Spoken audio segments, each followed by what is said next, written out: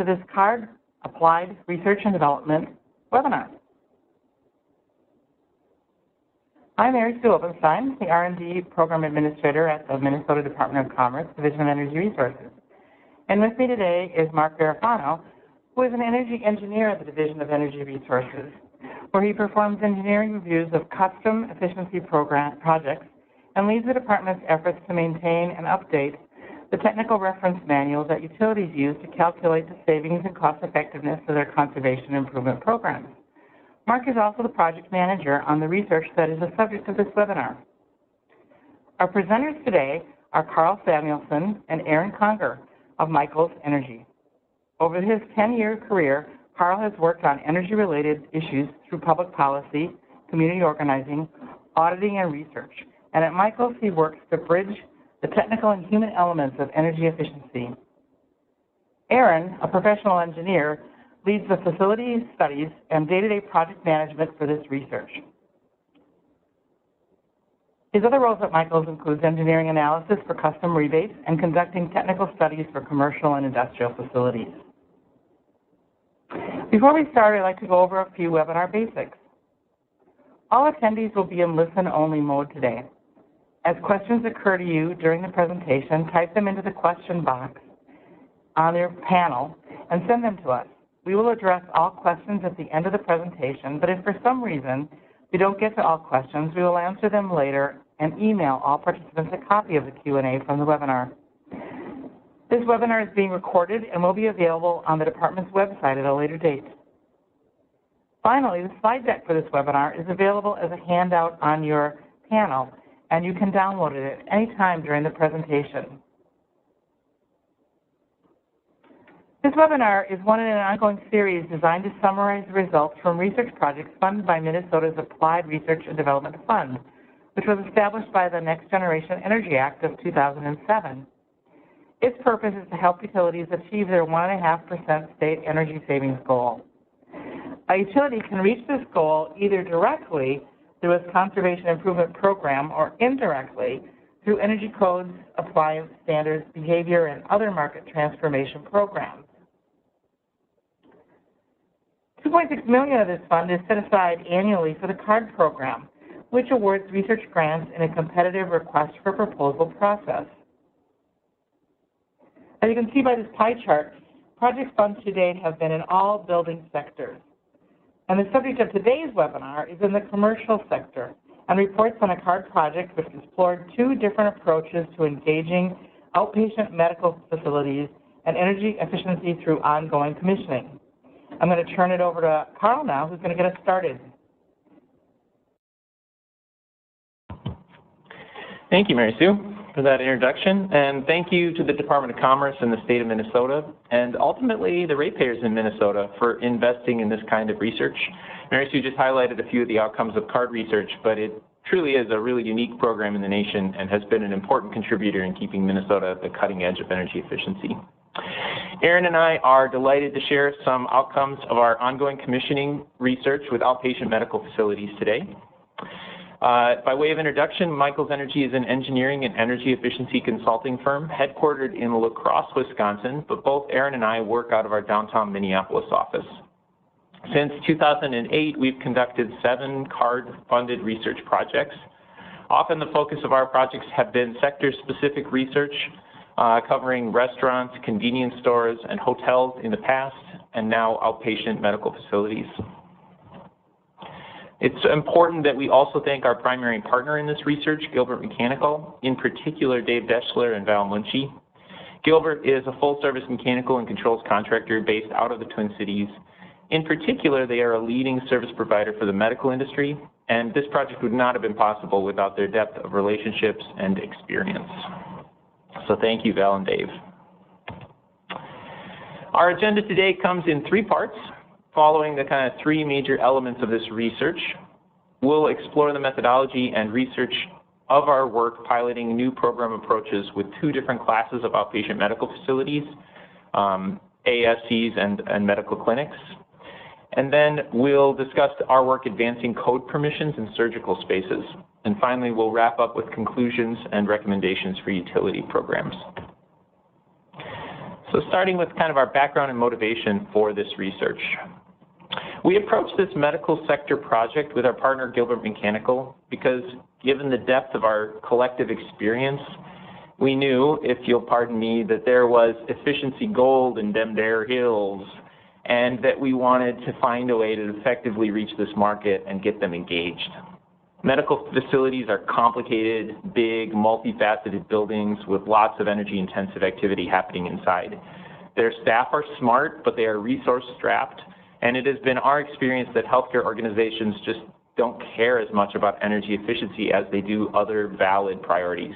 You know, ahead of energy efficiency in the queue are patient comfort and staff comfort, code compliance with plenty of redundant safety factors, and avoiding liability. And it's not to say any of those priorities are wrong or unfounded, but as believers in the win-win nature of energy efficiency, we were certain that we could help these facilities save energy while meeting their other priorities. We chose to tailor our scope into just outpatient medical facilities. These facilities, by definition, do not provide 24-hour service. They are not hospitals. They do not have emergency services. They are facilities that provide scheduled care to patients around a range of services. Medical clinics qualify among this group, as do ambulatory surgical centers, frequently referred to by their acronym of ASC. We were interested in ASCs because, at least in the Twin Cities metro, it seems that most of the new facilities being developed are ASCs rather than hospitals. ASCs tackle procedures like knee replacements, colonoscopies, cataract removal, and many other surgical procedures that don't require an overnight recovery. Here's some data from the National Commercial Benchmark Building Energy Consumption Survey, which shows how outpatient facilities fit into an overall picture of energy consumption in different building sectors. You'll see at the top of this chart, that's outpatient facilities that I just highlighted on the screen. 5 above them is inpatient healthcare, topping the chart. So that's hospitals are some of the most energy-intensive commercial space, but outpatient healthcare facilities are still pretty energy-intensive. This chart compares survey results from 2012 to 2003, and over that time, the average commercial building has become more efficient, according to this data, led by gains in office and education buildings. However, outpatient health buildings saw no change over those 9 years.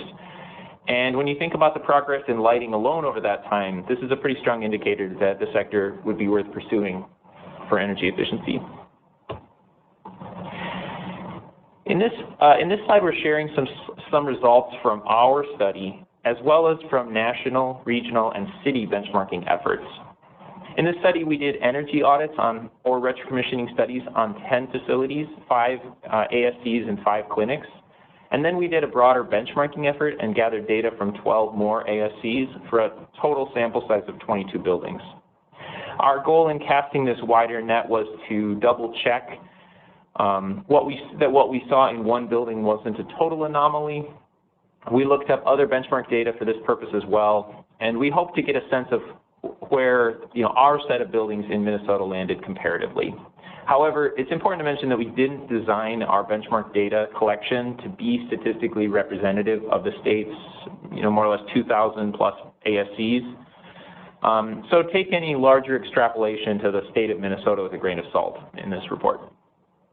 The average of our buildings was of our 22 buildings was 141 kBTU per square foot. That's well higher than the CBEX average of 95 kBTU per square foot, as well as the Energy Star number, which is sorted by medical office and ASC and comes in at 44 kBTU per square foot and 63 kBTU per square foot. You can see that those numbers are all in the middle section on the chart. Looking at regional data, we see in general higher energy intensities, which probably surprises no one that our cold climate increases energy use. In this regional population, we start to see some numbers that look more akin to the data we collected in this study.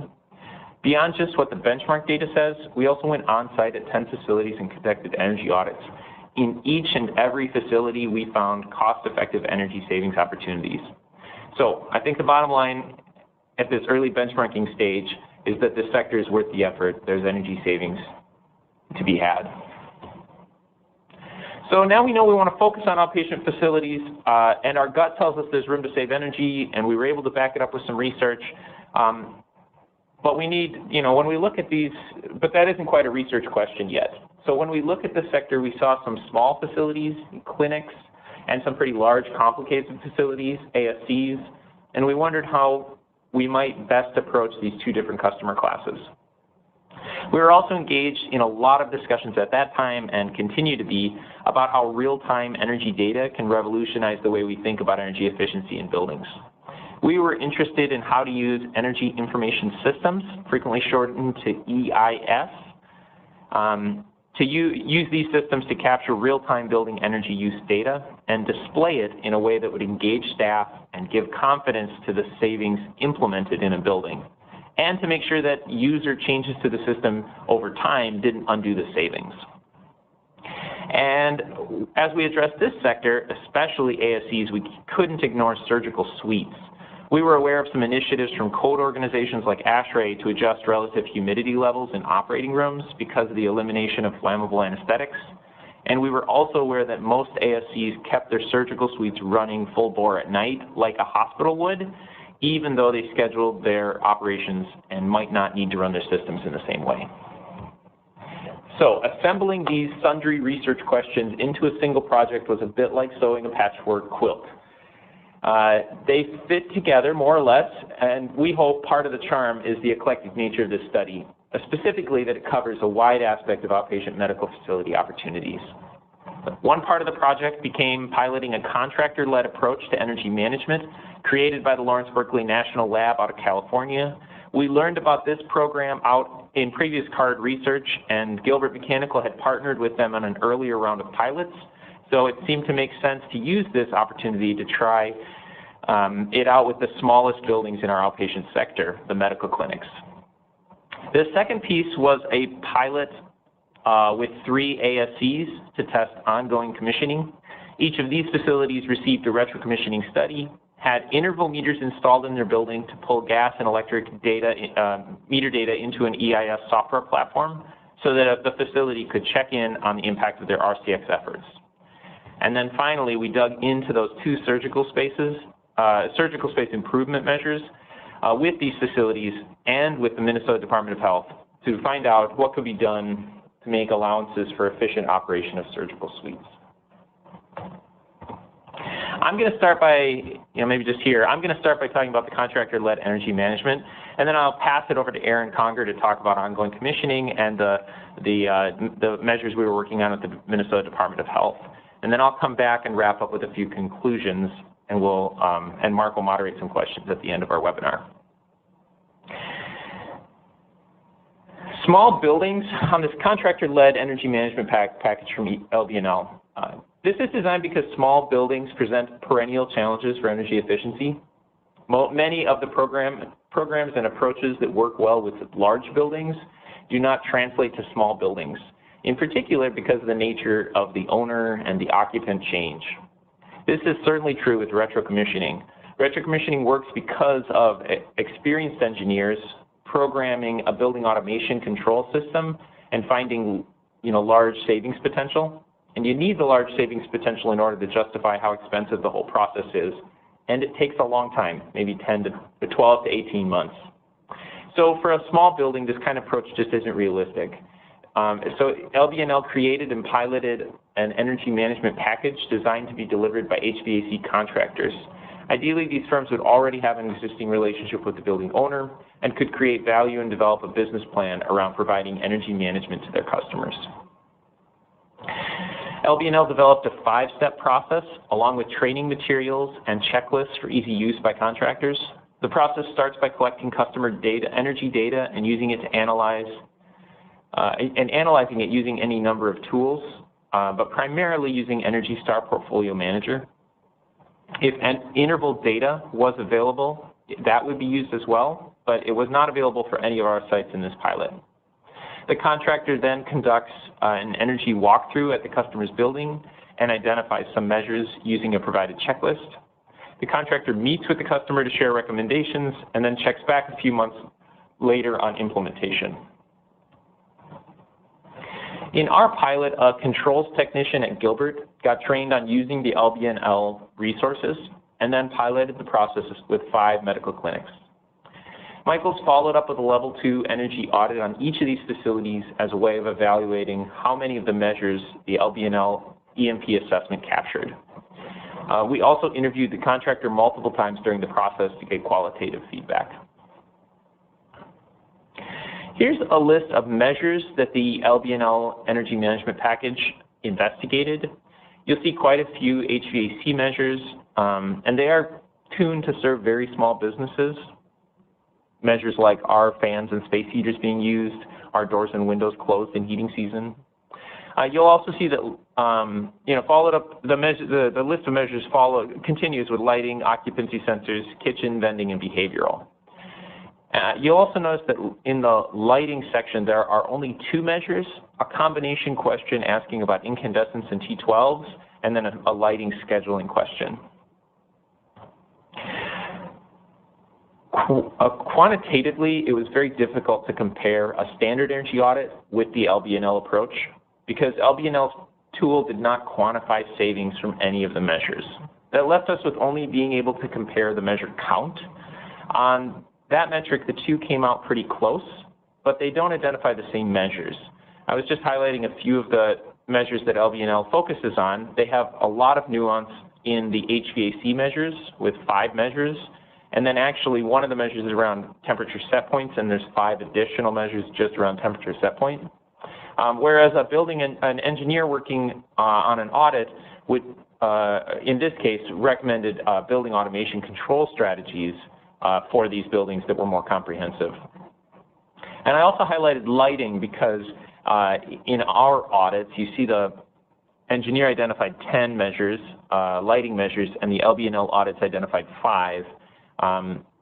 That's because the auditor broke out areas of use, outdoor, hallway, et cetera, and then broke out LEDs as well, which don't get broken out or even mentioned in the LBNL tool. So looking at the measures recommended, it would seem that most of the highest impact opportunities for medical centers were not necessarily caught in this tool, since the list of specific measures that were being explored was pretty limited. So then going on to qualitative feedback, and I think we did get a lot of interesting qualitative feedback from this, evaluating this process. The contractor, on the pros side, the contractor loved the interactions with the customer. He did identify some opportunities, and in fact his depth of experience working with HVAC controls helped him identify some measures that were not on the LBNL checklist. The contractor also values the idea of being part of the customer's energy management team, and they feel like they already are when they help the customer install energy efficient equipment or program a control sequence. However, there were challenges as well. Specifically, assessing customer energy use data was and is a chore. Getting signed releases from customers takes time and follow-up calls, which are hard to make when you're in a field working on equipment all day. And when the tools like Energy Star Portfolio Manager are not the most user-friendly, and so getting up to speed on those tools was a barrier in this small pilot. And more specifically, it's clear on this end that medical clinics are really too big to be a good fit for this approach. Despite their small square footage, they operate as part of a larger organization, and so it was common for them to have an engineer assigned to some level of support for their building, as well as have a building automation system installed in their building. And both of those 2 assets were not assumed to be present in any of the buildings that LBNL was targeting. And then finally, one of the goals of this research was to crack open a new market opportunity for contractors. And based on this pilot, it doesn't appear that this package will do that for contractors serving medical facilities. The efforts involved were too time-consuming compared to the value that they felt they were able to offer through this package. And so I don't think that this specific iteration of energy services is going to continue to live on for this contractor after the pilot. I'll pass it over to Aaron here now. Thanks, Carl. I'm going to talk a little bit more about the second patch in our patchwork quilt, our pilot approach to ongoing commissioning using a combination of recommissioning and continuous monitoring. So at the start of our project, there were 3 benefits that we thought the ongoing commissioning process could bring to this sector, ASC's outpatient medical facilities in general. The first was that ongoing commissioning we thought that ongoing commissioning could improve the persistence of savings from recommissioning. Basically, not letting that savings disappear, either from reverting operation back to baseline or if changes are not implemented correctly in the first place. Second, we thought that ongoing commissioning could provide real-time feedback on savings from implemented measures. In other words, the ongoing commissioning process would prove it.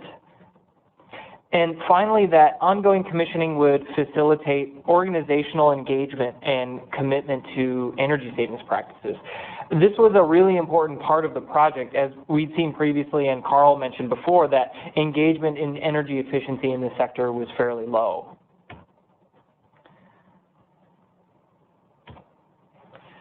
So in this project, we, in order to facilitate the data collection and analysis of ongoing commissioning, we used, like Carl mentioned before, an Energy Information System, or EIS. And an EIS consists of energy metering equipment installed at a facility, some means of storing that data, and a software interface to display and analyze the energy data. Another important thing to keep in mind with an EIS is that it doesn't save energy by itself. We say that an EIS is a process tool, but it's not a widget. An EIS installation alone is not going to be saving energy. For the purposes of this report, an EIS would require a minimum of daily energy consumption data from the building's main meter, and then that data would need to be stored in the cloud. The software would also provide a web-based interface to review consumption and energy trends in real time.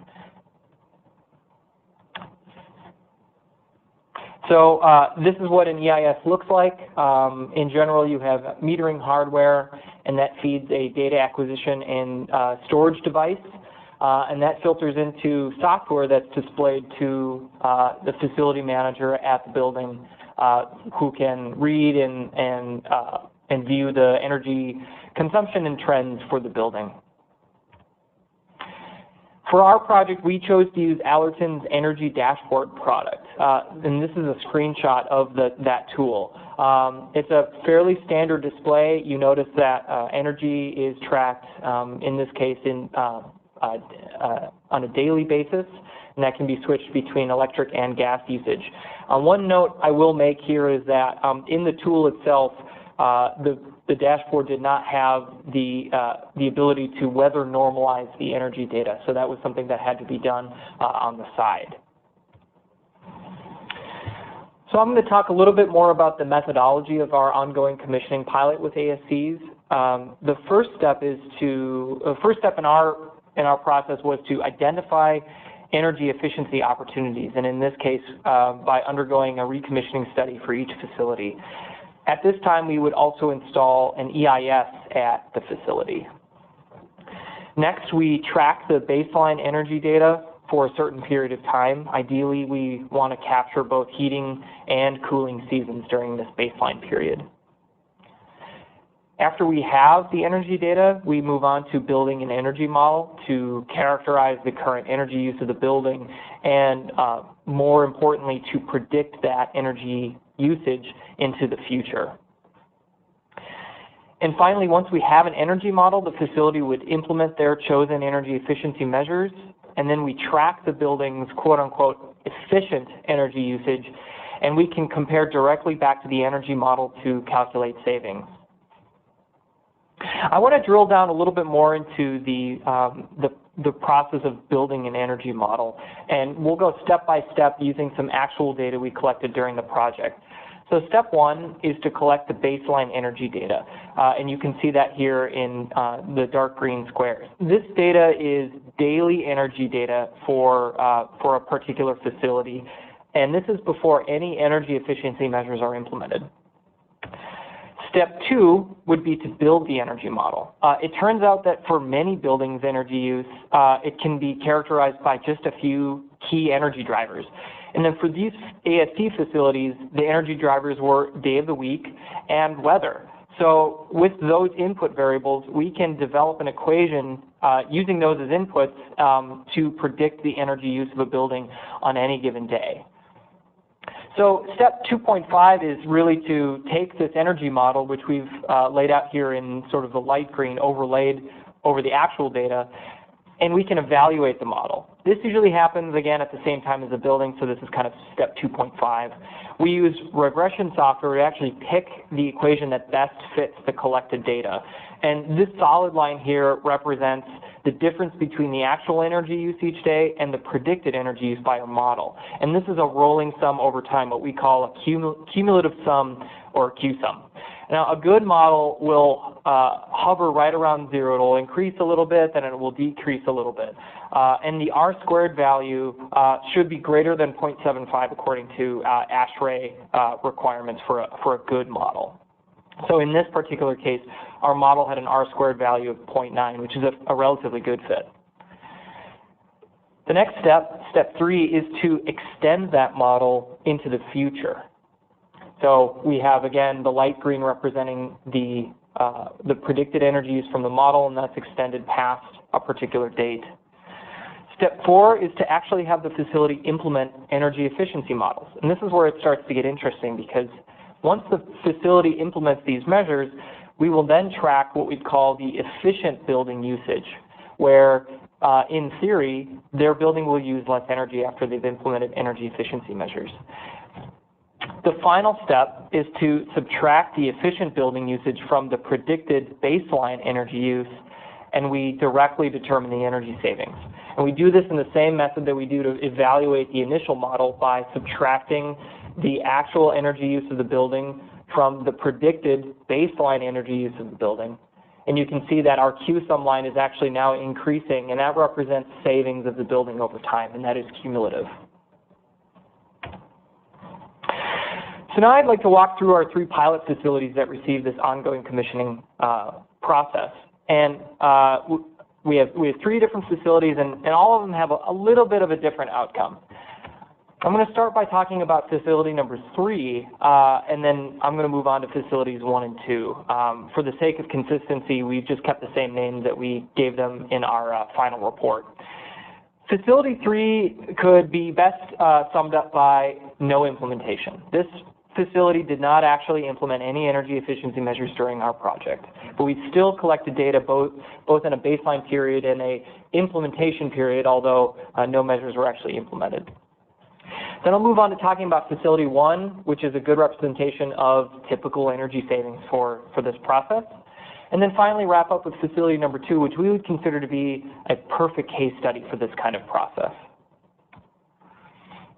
So starting with facility 3, you can see that they didn't implement any energy efficiency measures. Their predicted usage was just north of 600,000 kWh, and it's very close to what they actually consumed. On the gas side, very close to 23,000 therms, and again, actual usage is very close. So for not implementing any efficiency measures or changing the operation of the building in any meaningful way, the predicted usage matches up very well with their actual usage. And here's the energy models that we developed for this facility. Facility 3 staff did identify some measures that they intended to implement, and that's represented by the dark gray vertical line in each model. But like I mentioned, nothing was actually completed during this implementation. Part of the delay was caused because facility staff expanded the scope of work to include a thorough rebalancing of their HVAC system for the building. This delay plus a lack of prioritization by the staff resulted in no implementation. And there's really not much else to say here, although the facility does, in a way, prove out the model. So with, like I mentioned before, with no operational or equipment changes at the facility, you would expect little change from the model, and that's exactly what we see here. Moving on to facility 1. Following the recommissioning study, we identified 2 measures that the facility wanted to implement. They wanted to schedule their non-surgical air handling units, which at the time were running 24/7. In addition, they wanted to implement a setback schedule for their surgical suite. They wanted to set back ventilation during unoccupied hours. And overall, this facility achieved about a 7% electric savings and 10% gas savings during the monitoring period. Again, here are the energy models. The vertical lines here now represent actual implementation dates of both of these measures. And you can see after the implementation of those measures, their Q-sum lines increase both on the gas and the electric side. And like I said before, this is a good example of a fairly straightforward recommissioning project. Air handlers that were running a little bit more often than they needed to were set back during unoccupied periods. The facility identified those two measures, implemented them right around the same time, and we observed the impacts. It's fairly straightforward. Finally, Facility 2. As you can see here, Facility 2 implemented a broad variety of measures to implement during the project. And as a result of these, they achieved a 8% electric savings and eventually a 6% gas savings during the monitoring period. But they should have actually saved a lot more gas, and here's why. Facility 2 staff, like I said, implemented a variety of measures during the monitoring period. Unfortunately, I'll just point out some of that implementation happened before the completion of the baseline data collection. There wasn't sufficient data to build a baseline period prior to installation, so likely the energy savings that we've calculated here is a little bit depressed. But Facility 2 is a great example of not only identifying savings, but actually maintaining the persistence of the savings identified during recommissioning. In November 2016, you can see that they implemented a supply air temperature reset for its air handlers. And this type of measure will save reheat energy by increasing the supply air temperature during periods of low cooling demand and reduces the amount of reheat needed at the zone VAV boxes. On the left, on the right is the gas model, and you can see that the gas savings here accumulate slowly from that date up to right around the beginning of June. And that's represented by, it's hard to see, but it's sort of an orange vertical line right in the middle of the implementation period. After that period, their gas savings begins to decrease. And so we presented these results to the facility and asked them, hey, was there any particular reason why we would see this sort of reduction in your gas savings? Did you, install new gas equipment at the facility or make a big change to how the facility operates? It turns out that the facility was having a couple days of excessive humidification issues at the beginning of the summer, right around the beginning of June, and in order to combat this, they forced the supply air temperature down to 55 degrees to handle this. And they had intended to revert back to a reset schedule once the humidification kind of kicked in and they were able to bring that back down to normal levels, but they never re-implemented the reset strategy. So they were effectively running the entire summer with little to no discharge air temperature reset, and that caused an increase in gas use over this period. We went to the facility and reviewed these results, and we could actually go into their building automation system and see to the day when they made this change, and it actually occurred exactly to the day where we were observing their gas usage changing and increasing significantly. So we alerted the staff to this issue, and they corrected the sequence during the meeting. And it really demonstrates the power of bringing this kind of data to facility operators, especially when put in terms of savings achieved or lost. In this case, that change, this one simple reset reduction, cost them at least 1,500 therms over the course of the summer. So now I kind of want to wrap up this particular section, review some of the feedback we received from our pilot facilities, and review some of the conclusions that we had after working with them. So one of the first things I want to talk about a little bit is facilities weren't particularly engaged in this process. We did have two facilities that implemented energy measures, and we presented those results. But as I mentioned, one facility didn't implement any measures during the project. Also, only one of the facility managers admitted to actually logging on to this EIS on a regular basis. And there could be a couple reasons for this, from a lack of prioritization to a lack of resources. It could have also been because the EIS we selected was not particularly robust. Well, while it did collect, store, and display the energy data, we realized later on in the project that its analysis functionality was rather limited. We had a tool that only displayed energy information that really didn't offer much of an incremental benefit to these facilities, because they do have existing tools that collect energy data that they can view, but those tools don't do any kind of analysis. We wanted to present that kind of analysis to the facilities, but our chosen tool couldn't do that in real time. That had to be prepared by us, by these energy models separately. And finally, delay really kills momentum, plain and simple. Installing energy meters and the EIS tool took several months at each site. And then implementing these energy efficiency measures also took time. Getting the energy efficiency measures and getting the EIS and the meters installed, every time that gets delayed, it really impacts the enthusiasm for the entire process. So I want to go back to kind of our scorecard from earlier and see, how well did we achieve our goals? How well did this process match up with what we thought the benefits would be? So number one, does an ongoing commissioning process improve the persistence of savings? Yes, absolutely. Facility 2 was a perfect example of this. You can see that we presented the results of their energy model, and their energy model showed a gas increase, and we corrected that that day. Number two, does ongoing commissioning allow you to measure and verify savings in real time? Can you prove it? Yeah, you can. We were able to, again, demonstrate using the energy model exactly how much energy was saved as a result of these measures by simply subtracting their actual usage from what we predicted they would use. Now, there is some room for improvement here on the real-time aspect of this. Like I mentioned, the energy information system tool that we chose was not able to analyze this data with the energy model in real time. So this part of the process could be developed by a more sophisticated EIS tool. And then the customer engagement portion of this could also be more of a real-time facilitation, mostly because the only time most of these managers looked at this data was when we presented it to them at the end of the project.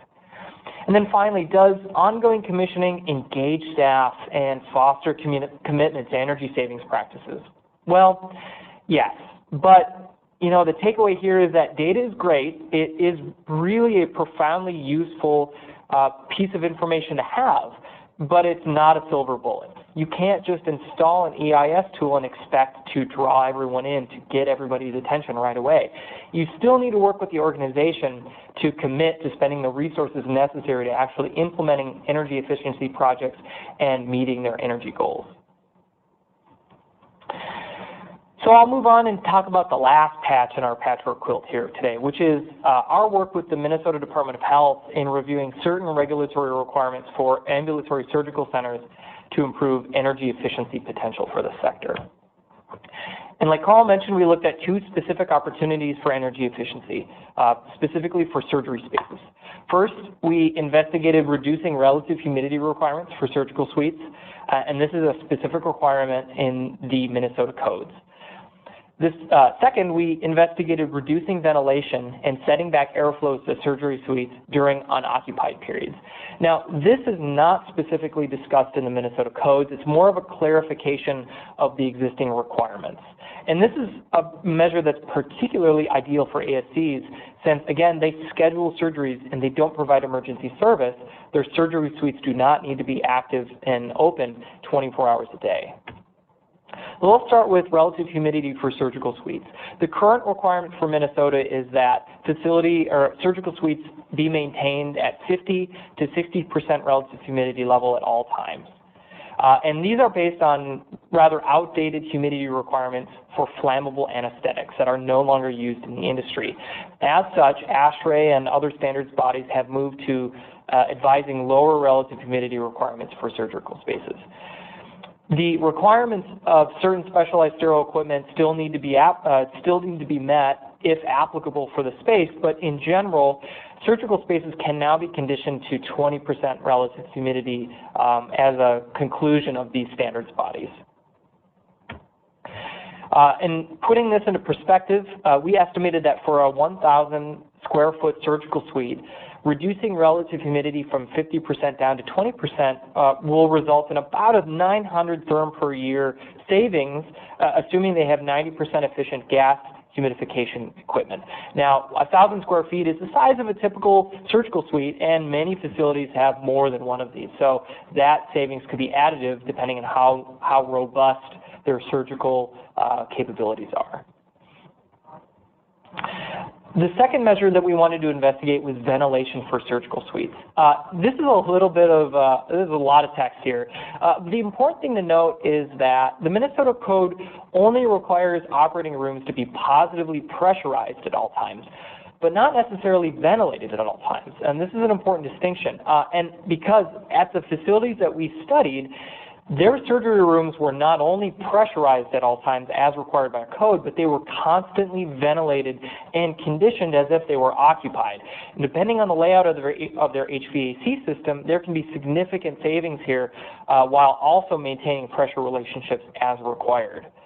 So we estimated, again, for a 1,000 square foot surgical suite, reducing ventilation from 24/7 down to about 12 hours per day, 5 days per week, would result in about 1,200 therms of gas savings and almost 3,000 kWh in electric savings. And again, 1,000 square feet is about the size of one operating room, so this could be additive if a facility has multiple suites.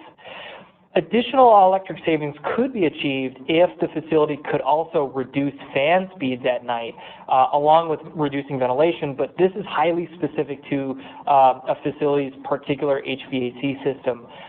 Depending on how fans deliver air to different spaces, they may not be able to set back fans and maintain pressurization, but most facilities can still reduce ventilation to these areas with minimal changes to their existing system. So here's a summary of the baseline conditions for the two measures we looked at, the proposed efficient conditions, and then the process for approval for getting these implemented at a particular ambulatory surgical center. To reduce relative humidity in surgical suites, a facility must sign and submit what's called a request for equivalency. Minnesota Code doesn't actually have a formal waiver procedure for ASCs, so this request takes the form of a request for equivalency instead. And this form is available today on the Minnesota Department of Health's engineering website. For operating room ventilation scheduling, continuous ventilation, like I said, is not required by code, so a letter of notification was developed. So facilities understand that spaces must still be properly pressurized, even during unoccupied periods, but they don't necessarily need to be ventilated at all times. And this letter is also available today on MDH's website. All right, I will pass it on back to Carl to take us home. Thank you, Aaron.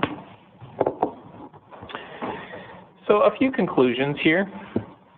Based on our research, the facility studies we conducted, our benchmarking data, and our read of other benchmarking data around the country and the region, it's clear that this sector can stand to save energy. There are many low-cost, high-impact opportunities that can be addressed in outpatient healthcare. Particularly the two measures that Aaron just highlighted should be widely considered by facility managers and engineers. They save energy, getting permission is straightforward, and hopefully we can see a real uptake in those measures. Number two, we see a lot of hope for data to improve energy performance of buildings.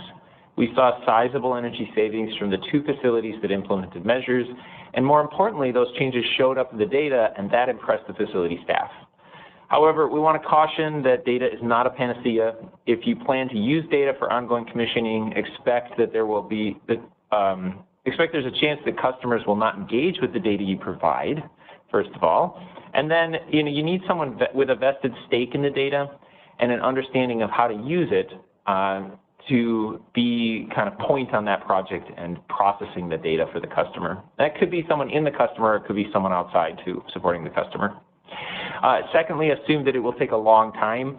We encountered delays of many months waiting for pulse meters to get installed, or the software to get configured, or the customer to install the measure. And so data, despite being cutting edge, is at this point anything but fast. And then finally, be sure to pair your data with a holistic approach to managing energy, because without this, data itself won't save any energy. The final conclusion I lost my, there we go. Excuse me. There are, real competing priorities in the healthcare sector.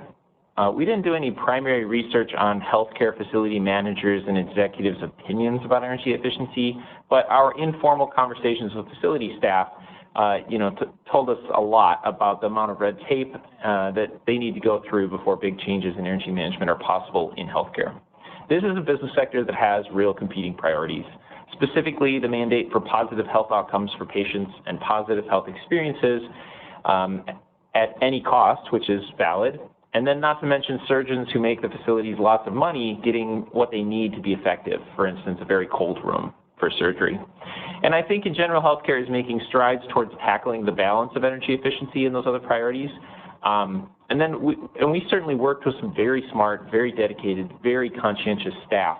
But ultimately, these facilities are not investing the level of resources needed in energy management to make a significant shift in energy performance lasting and impactful. For utilities that want to support their healthcare customers as they address energy inefficiencies, I would say go for it. There's a lot of potential for savings in the sector, and your customers will thank you. I would also say you probably don't need to reinvent the wheel just for this segment. These healthcare businesses have some unique needs, demands, and requirements, but ultimately they behave a lot like other corporate businesses, and the C&I programs you offer or are thinking about offering will probably meet their needs too. Specifically, retrocommissioning is a great fit. There's abundant opportunity for retrocommissioning studies in this sector. Strategic energy management would be an excellent choice, and a program like energy that supports energy information systems getting installed in customers would also be good. Improving data access is something utilities can support. It still slows things up. Our contractor had the experience of, just even getting monthly data access was a challenge, in part because the process of signing customer release forms is just, a little, it has its, kind of embedded delays in it as customers are not responsive to that process. Even though I think Minnesota utilities have made a lot of progress in making that just standard data release pretty accessible. Then, there were also delays installing pulse meter relays, and those changes those delays were a reality of this project, but I do think the saving grace is the upcoming change to advanced metering infrastructure that's expected in the next few years for most of Minnesota's utility customers. So with that advanced metering infrastructure, all customers will have access to more granular data, and that will really alleviate that big time delay we saw and make this kind of energy information system approach available to a lot more customers. And then my final comment for a program recommendation is that if you're considering as a utility to build a program that leverages energy information system data, build it with components that also focus on building your customers' leadership and management around energy. We found in every single case in this study, the data alone is not going to get you where you want to be without strong customer engagement and leadership from the customer's executives to help prioritize and motivate energy efficiency measure implementation in their facilities. So with that, I'll pass it back to Mary Sue for a few concluding comments, and we'll take questions. Let's see, we need to unmute you, Mary Sue, just a sec. Thanks. Okay, go ahead. Thank you. Thank you for that great presentation. And we may be running a few minutes late depending on the number of questions and how long the answers are. So we plan to go at least until probably until 11:05 to try and catch all the questions. So if you can stay online until 11:05, we'll wrap up by then. But I'd like to turn it over to Mark now, who's been monitoring the questions as they've come in. And Mark, do you have any questions for Aaron or for Carl? I guess I've got a couple of questions for Aaron and Carl. And first, just want to thank you two for this presentation and for all the work you've done on this project. So the first question we have is there anything that you can say about the cost effectiveness of offering these types of services to facilities of this type? Yeah, absolutely. So in this specific project, we didn't evaluate cost effectiveness. for these systems that were installed, but we have looked at that for other buildings, and LBNL, the Lawrence Berkeley National Laboratory, has pretty abundant resources where they've done a broad selection of tools and looked at cost effectiveness. So in general, I'd say that facilities can expect to see a range of savings. All of the savings is dependent on how much they use it and how they, manage energy projects as a result of having the data. But what LBNL found was that, savings in the range of 3 to 8% of a building's energy use were possible. System installations can range from as low as maybe $10,000 or $15,000 all the way up to like $50,000 maybe or more, depending on how many points of metering you need. So a simple system that just captures the whole building energy use can be much more affordable, and that's all we used in this project to evaluate energy savings. Next question is, you said that having an engaged person at the facility is key. Do you have any tips on finding, mentoring, or engaging such a person? Yeah, I think it's a little difficult sometimes to identify the one person that can do everything. I think in general, the point that we think is most important is that you want to try to develop that person more often than not. Not always are you going to find somebody at a facility who has both the knowledge of the building's operation and the knowledge of energy saving strategies. So it's important to be able to put together a process to coach and mentor somebody at the facility. But identifying somebody like that is also somebody who has the experience is a good place to start for sure. Okay, thank you. And then the last question I have, it seems as though this required a lot of time and resources from outside experts to analyze the data being gathered and to follow up with the facility to help them understand the implications. Do you think there's a need to offer an ongoing service such as this to facilities? Or do you foresee a situation in which facilities could do this on their own? For example, are there other software packages available that provide more data analysis and interpretation directly to a building operator? Yeah, that's a great question, Mark. I think the answer is that it's kind of it can be both. There are definitely facility managers who could take any level of quality of tool and start doing remarkable things in their facility. And then there are other facility managers who really are going to need, external support to help coach them through the process and, highlight things and implement things. And that's a combination of, personal commitment and skills, related to energy management. And it's also a function of their ability to, put time into this. Energy isn't, I hate to say it, energy isn't that complicated. It's just you got to have the time to track down the things and follow through on projects. And so I think, what we see in the future is that, we see utility programs. So we see a combination. We see engineering firms that are offering, these kind of energy services on an ongoing basis, baked into a service contract with either a retrocommissioning or a performance contract or something like that. We also see utility programs that are offering training for their staff, so that for the customer staff, so that the customer has kind of a period of time where they're learning the skills they're going to need in order to be able to utilize these tools. And then we also see in kind of a third bucket tools alone that just are really amping up their user interface. Like nobody had to teach you how to use Gmail. You just got it because the user interface is so good. And that's really increasingly being common in some of the best tools, EIS tools, that the user interface is so intuitive that customers are able to really latch onto it quicker.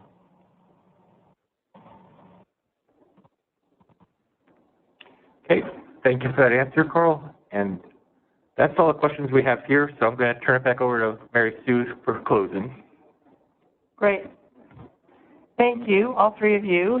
A recording of this webinar and the final report will both be available on the Department's Applied Research and Development webpage, which is shown here. When available, you can link to them from either the webinar quick link or the card search quick link, as indicated on this slide with the arrows. This R&D page has a lot of additional resources and information related to the CARD program, and the CARD research projects, which you can check out. The address for the web page is at the bottom of this slide. Thanks again for participating in today's webinar. We really appreciate your interest in the results of CARD projects. Before we leave, I just want to take the opportunity to mention several upcoming CARD webinars. One on December 14th, which is this next week, is the Center for Energy and Environment will conduct a webinar on their field study to determine the increased efficiency resulting from the installation of an innovative moisture and heat transfer retrofit device on residential furnaces. Mark was also the PM on that one. Then on the 19th, which Mark was also the PM on, GDS Associates will be reporting on the results of their evaluation of an innovative liquid cooling technology in a Minnesota data center. Then in January, on the 4th, Apprise Incorporated will discuss a study which sought to help the department and other Minnesota stakeholders develop a better understanding of how low-income conservation improvement programs in Minnesota operate and how we might make them more effective. And then in February, on the 6th of February, the Center for Energy and Environment will summarize the results from their evaluation of a demand-based control for central domestic hot water systems with recirculation loops. So announcements about upcoming webinars and other news related to the Minnesota Utility Conservation Improvement Program can be found in the SIP newsletter. To sign up for the newsletter or receive e-news on a range of energy topics, use the link on this slide and go to the email sign-up page. In the meantime, please contact me if you want more information on how to sign up for these upcoming webinars or if you have questions or feedback on the CARD program. Also let me know if you have suggestions for improving these CARD webinars to make them more effective for you. Thanks again and have a great day.